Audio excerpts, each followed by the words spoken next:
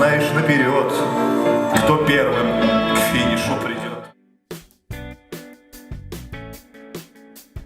Интересно всегда, так сказать, в целом картину всю ощутить, увидеть. То есть, когда полностью прочитывается пьеса, что это такое, будет замысел какой, кто этот персонаж в этой пьесе, в этом спектакле, в этом кусочке жизни, который все проходят, персонажи. Это поиск всегда. Всегда интересно найти своего персонажа. Это, конечно, не ты, но самому в этом всегда стоит разобраться по-настоящему. Где ему больно, где ему прекрасно.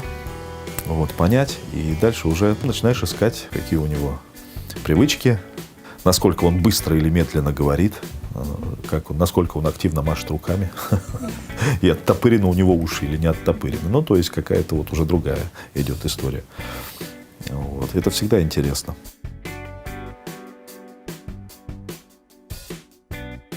Я отношусь к этим показам ежедневным, что это, так сказать, увеличенное количество шансов как-то попробовать точнее попасть в цель. Вот, наверное, так. Для меня есть в этом азарт, определенный такой квест.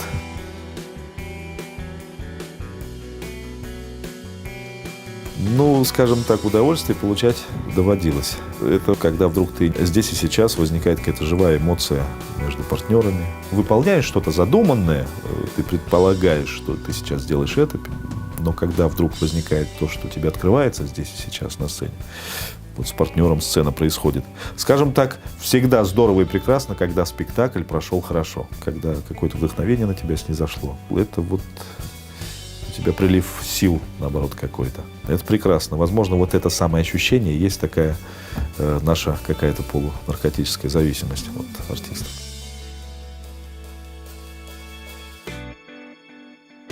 Не ищите новое, ищите вечное. Это живая история. Вечное — это вечные вопросы, которые человек сам себе задает. Вечная страсть, вечные истины. Я так сказать, не любитель шумных компаний, богемной жизни. То есть мне как-то ближе комфортное, теплое общение там, с людьми, которые мне близки, с которыми просто хорошо.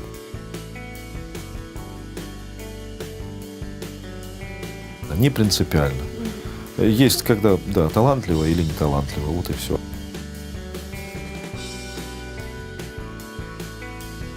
Скажем так, я не любитель интерактивного, близкого общения. Приходя в театр, мне тоже нравится наблюдать общую картинку, я люблю сидеть подальше от сцены. Но я понимаю, что это здорово и интересно, если, так сказать, передо мной такая задача встанет, я, наверное, тоже в нее вникну и найду в этом для себя какие-то даже приятные моменты.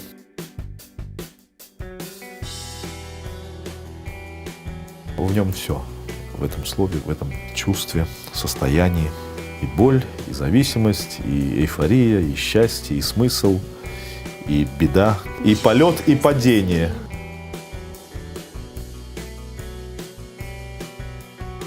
Конечно, я страстен, и ревнив, и,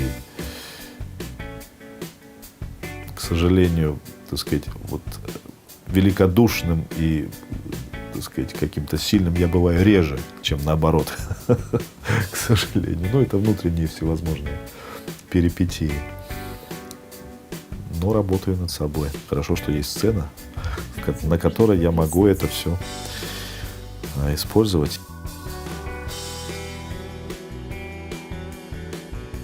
Ну, не планирую я, так сказать, в соцсетях как-то регистрироваться. Мне нужно свое закулисье, короче говоря. Есть сцена, есть закулисье. Есть сайт мой, который ведет тоже человек. Спасибо ей, Лена Трефилова. Вот, но, как сказать, я там гость нечастый.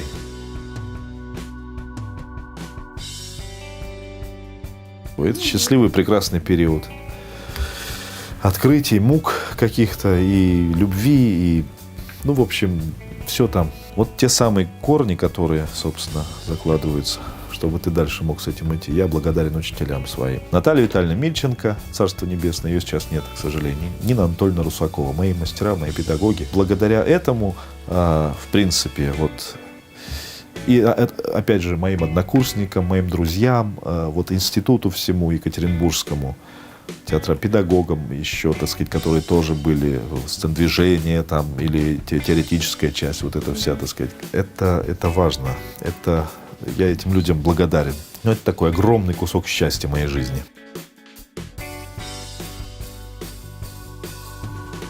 Ну, наверное, так, выезжать-то приходится только по причине гастролей. Ну, то есть мне нравится что-то видеть, конечно, вот, где-то побывать, но в жизни фактически это гастроли в основном являются поводом для того, чтобы ездить. Были гастроли в Израиле. Это такие сильные впечатления, совершенно другая история. Единственное, что могу сказать, когда гастроли, все-таки режим туризма внутри не очень включается. То есть, как правило, ты все равно сосредоточен на том, чтобы выйти и сделать свое дело.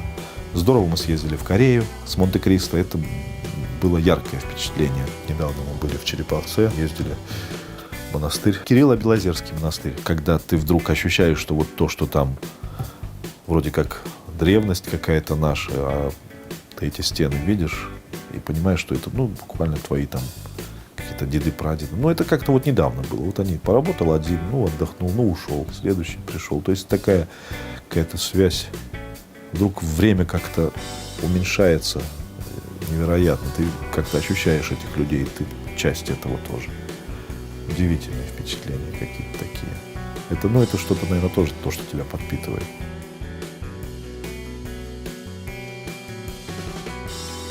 Я им благодарен.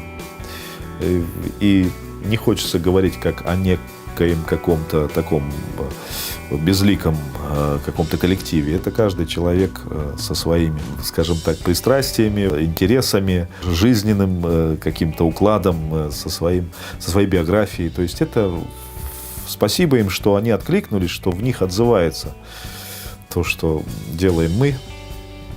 Мои какие-то работы. Бывает, когда в каком-то другом городе, и вдруг ты видишь, что люди приехали специально посмотреть, это как-то не может не вызвать какой-то оторопи и радости вместе с тем. Но я опять-таки боюсь это говорить, чтобы не провоцировать их на дальнейшие вот такие поступки, потому что это и затратно, и...